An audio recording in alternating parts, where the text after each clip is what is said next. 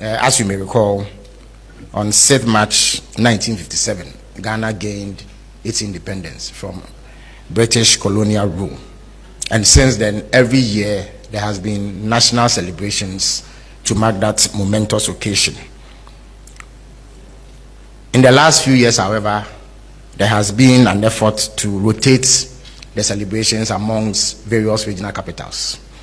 Now, whereas the intentions behind that may be noble, President Mahama has asked that rotational policy be suspended because of the need to scale down. And this has become necessary due to escalating costs. It has been discovered after some review that the rotation imposed additional costs. And therefore, at a time when our national budget is severely constrained due to economic difficulties, it was not going to be sustainable to keep rotating the national celebrations. Indeed, if I were to put figures on how much it costs to hold these celebrations, you will find that depending on where the celebrations are sent, there is significant cost implications. For instance, the last celebrations that were held in Ho cost the country a staggering 15 million Ghana cedis. And every time that it has been sent to a different regional capital, apart from Accra, we've had to bear such costs. In the spirit of cutting down on government expenditure, on non-essential expenditure, President Mahama has instructed that this rotational policy be suspended. In addition to this, the main celebrations, which ordinarily would have taken place in Accra at the Independence Square, has also become the subject of some rollback. President Mahama believes that, yes, there is much to celebrate over Ghana's independence. It is perhaps the most significant happening in our entire history as a country. And he acknowledges the need to celebrate this in a manner that befits our status as an independent country.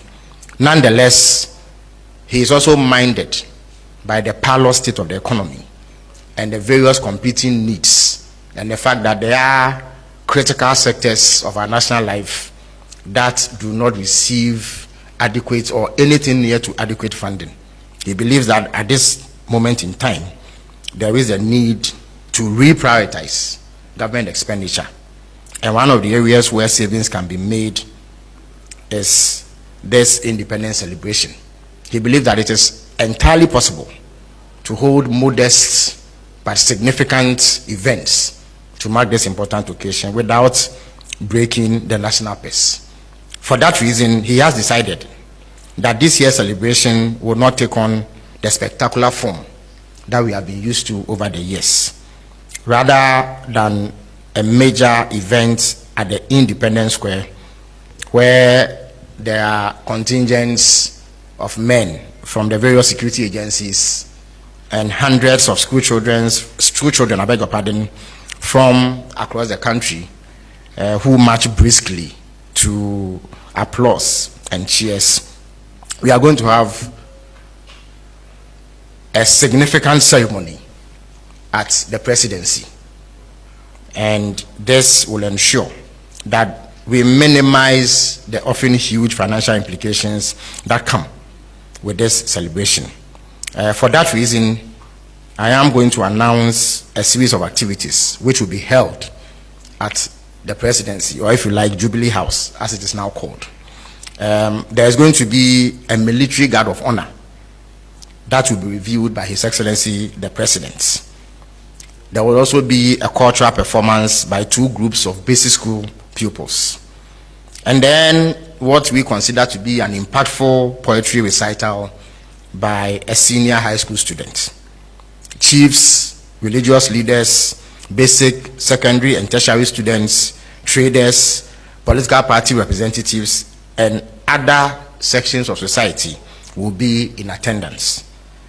This event will be complemented or will be heralded by the President's ceremonial address, which then allows him to speak to the nation in a way that draws attention to the significance of the day. Now, this has become necessary once again because of the need to scale back on the escalating costs. So I repeat, rather than a grand ceremony at the Independence Square, there will be a modest ceremony at the presidency. Now, in the coming days, the government's communication office, which hitherto was known as the Information Service Department, will develop a marketing and public relations plan involving the production of digital and audiovisual and print materials to promote the impending anniversary celebrations. In addition to this, there are some significant events that will be held within the context of holding an overall modest ceremony. So the famous 28 February Christianborg Crossroads shooting incident will be commemorated once again. And then the perennial or traditional presidential awards for school children will also take place. Now, it is the belief of government that these activities will be sufficient to uphold the significance of the day and yet enable government cut expenditure in areas that are non-essential. This, once again, has become necessary because of the need to fit all of these things within a constrained budget and refocus expenditure on the most important areas that require government's attention. So that would be a summary of what I have for you today. I would pause at this moment and take questions from the media. Let me indicate that there are members of the planning committee. The Deputy Chief of Staff, Mr. Standogbe, is here. He is the chairman of the planning committee.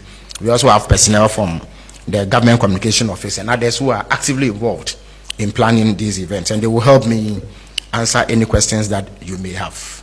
Thank you very much.